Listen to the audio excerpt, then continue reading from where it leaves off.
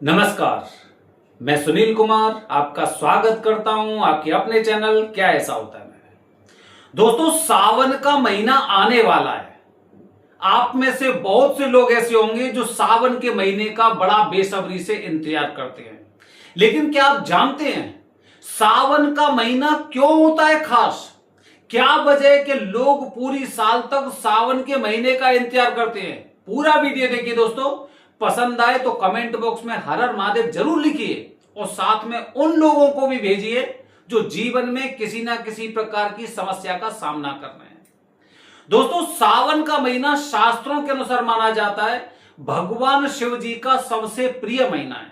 भगवान शिव जी को प्रसन्न करने के लिए, भगवान शिव जी को खुश करने के लिए हम विशेष कहते हैं ना कि जब भी हम भगवान शिव जी का कोई विशेष प्रकार का पूजन करवाते हैं तो भगवान शिव जी का वास देखा जाता है कि भगवान शिव जी कहां पर उपस्थित है, भगवान शिव जी का वास इस दिन कहां पर है, जिससे मुझे पूजा का उतना ही अधिक फल प्राप्त हो सके।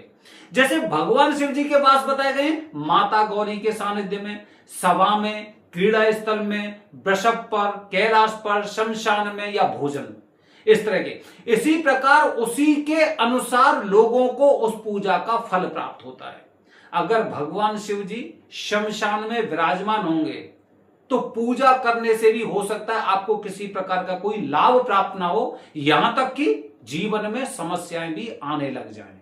ठीक है, इसीलिए दोस्तों सावन का महीना भगवान शिव जी को बहुत ज्यादा पसंद है और भगवान शिव जी को प्रसन्न करना चाहते हैं। अब सोचिए, भगवान शिव जी को प्रसन्न कब किया जाता है? भगवान शिव जी को प्रसन्न करने की क्या आवश्यकता पड़ी? पूरा वीडियो देखिए दोस्तों, माना जाता है शास्त्रों के अनुसार भगवान शिव जी को प्रसन्न उस विशेष परिस्थिति में किया जाता था जब हमें इच्छित वरदान प्राप्त करना होता है, जब हम अलग अलग प्रकार की समस्याओं से ग्रस्त हो चुके हैं, जब हमारे ऊपर किसी भयंकर शत्रु ने हमला कर दिया है। जैसे कि अगर आप शिवपुराण पढ़ेंगे तो शिवपुराण में जितने आपने दैत्यों के नाम सुने, त्रिपुरासुर हो गया, जलंधर हो गया, शंखचूड़ हो गया, अंधकासुर हो गया, भस्मासुर हो गया, मतलब इस तरह के जो दैत्य थे, इन्होंने ब्रह्मा जी से, कभी भगवान विष्णु जी से इस प्रकार के वरदान प्राप्त हुए कि ये हमेशा अमर रहेंगे या फिर मृत्यु को प्राप्त नहीं होंगे। अंत में इनको वरदान दिया गया, लेकिन थोड़ा सा उस जो वरदान था, वरदान में थोड़ा सा संशोधन करके कि होगा, लेकिन मृत्युंजय से बचाने वाला आपको कोई भी नहीं है। और जब इन दैत्यों को लगने लगा कि अब हमारा कोई कुछ नहीं कर सकता है, उस समय ये देवताओं को ही कष्ट देने लगे। तब क्या हुआ? भगवान विष्णु जी के विशेष आग्रह पर सभी लोग भगवान शिव जी का पूजन करने लगे और भगवान शिव जी ने इन सब का अंत किया। मतलब भगवान शिव जी को प्रसन्न करने की हमें जरूरत कब पड़ी? तब जब हमारे ऊपर मृत्यु तुल्य कष्ट आ चुका था, जब शत्रु ने हमारे ऊपर हमला कर दिया था। आज के समय में शत्रु कौन है दोस्तों? आज के समय में अगर हम कुंडली से संबंधित बात करें तो कुंडली में कुछ पाप ग्रह होते हैं। पाप ग्रहों में सबसे ऊपर स्थान आता है राहु और केतु का। राहु और केतु भगवान शिव जी के अलावा किसी भी ग्रह से नहीं डरते हैं। वो अलग बात है, जैसे कि सरस्वती माता, उन्हें अपनी माता तुल्य मानते हैं, लेकिन सबसे ज्यादा डर उन्हें भगवान शिव जी से रहता है। जब भी लोग भगवान शिव जी का पूजन करते हैं तो राहु थरथर कांपते हैं। यही वजह दोस्तों, जब कुंडली में कालसर्प दोष होता है तो ज्यादातर एस्ट्रोलॉजर बताते हैं कि पूजा के साथ में आपको महामृत्युंजय का जाप करवाना चाहिए। महामृत्युंजय का जाप करवा रहे हैं तो राहु वैसे ही थरथर कांपने लग रहे हैं कि जो महामृत्युंजय की आराधना कर रहे हैं, जो भगवान शिव जी की आराधना कर रहे हैं, इनको मैं कैसे कष्ट दे सकता हूं। जब हम जीवन में राहु की समस्या से, राहु की महादशा से या फिर राहु की किसी भी प्रकार की दृष्टि से जब हमारे जीवन में समस्या होती है, जब हमें उम्र के एक निश्चित पड़ाव पर जाकर पता चलता है कि हमारे जीवन में राहु से संबंधित समस्या है, तो सबसे पहले हम लोग उसे शांति करने के लिए या मुक्ति पाने के लिए भगवान शिव जी के जो 12 ज्योतिर्लिंग बताए गए हैं उसमें से सबसे पहले हम त्र्यंबकेश्वर इनको भेजते हैं कि त्र्यंबकेश्वर होकर आइए, विशेष प्रकार से पूजन करके आइए, उसमें भगवान शिव जी का पूजन भी जरूर करिए। राहु से संबंधित या काल सर्प दोष से संबंधित आपकी समस्या खत्म हो जाएगी। दोस्तों यही वजह कि जो लोग काफी सालों से, काफी दिनों से पीड़ित अवस्था में, कहीं शत्रु की वजह से, कभी ग्रह के वजह से, कभी पारिवारिक स्थिति ऐसी हो गई है या फिर किसी प्रकार की ऊंच नीच की बाधा है, तो सबसे पहले ये लोग ऐसा समय देखते हैं कि भगवान शिव जी मृत्युंजय जिस पर प्रसन्न हो जाएंगे उसका कौन क्या कर पाएगा है। जहां पर हम भूत प्रेत की बात करते हैं, ऊपरी बाधा की बात करते हैं, शत्रु बाधा की बात करते हैं, ये तो सब भगवान शिव जी के दूत हैं। और जब भगवान शिव जी मृत्युंजय का जब हम पूजन करते हैं तो ये लोग हमें कैसे कष्ट दे सकते हैं। इसीलिए दोस्तों ध्यान रखिए, सावन के महीने में सबसे ज्यादा लोग राहु से शांति या फिर काल सर्प दोष का पूजन करना चाहते हैं। लेकिन इसमें दोस्तों काफी बार समस्या ये होती है कि हम जितने दिनों से इन चीजों का इंतजार कर रहे थे, भगवान शिव जी को विशेष प्रकार की पूजा से प्रसन्न किया जाता है। जब हम साल भर इतने इस विशेष मुहूर्त का इंतजार करते रहे और अंत में हम क्या करते हैं, हम ऐसी गलतियां कर देते हैं जिसकी वजह से पूरी साल जो हमने इंतजार किया वो फल हमें प्राप्त नहीं हुआ। त्र्यंबकेश्वर में जो लोग कालसर्प दोष की पूजा सावन के महीने में करने जाने वाले हैं या फिर जा चुके हैं या फिर पूजन कर चुके हैं, उन्हें ध्यान रखना चाहिए जो आप ये सामूहिक रूप से पूजन करते हैं, जो आप ये ग्रुप में पूजन करते हैं, वो पूजन केवल आपकी नहीं होती है, वो सभी लोगों का पूजन होता है। जबकि राहु से विशेष मुक्ति पाने के लिए विशेष दिनों का हमने इंतजार किया है।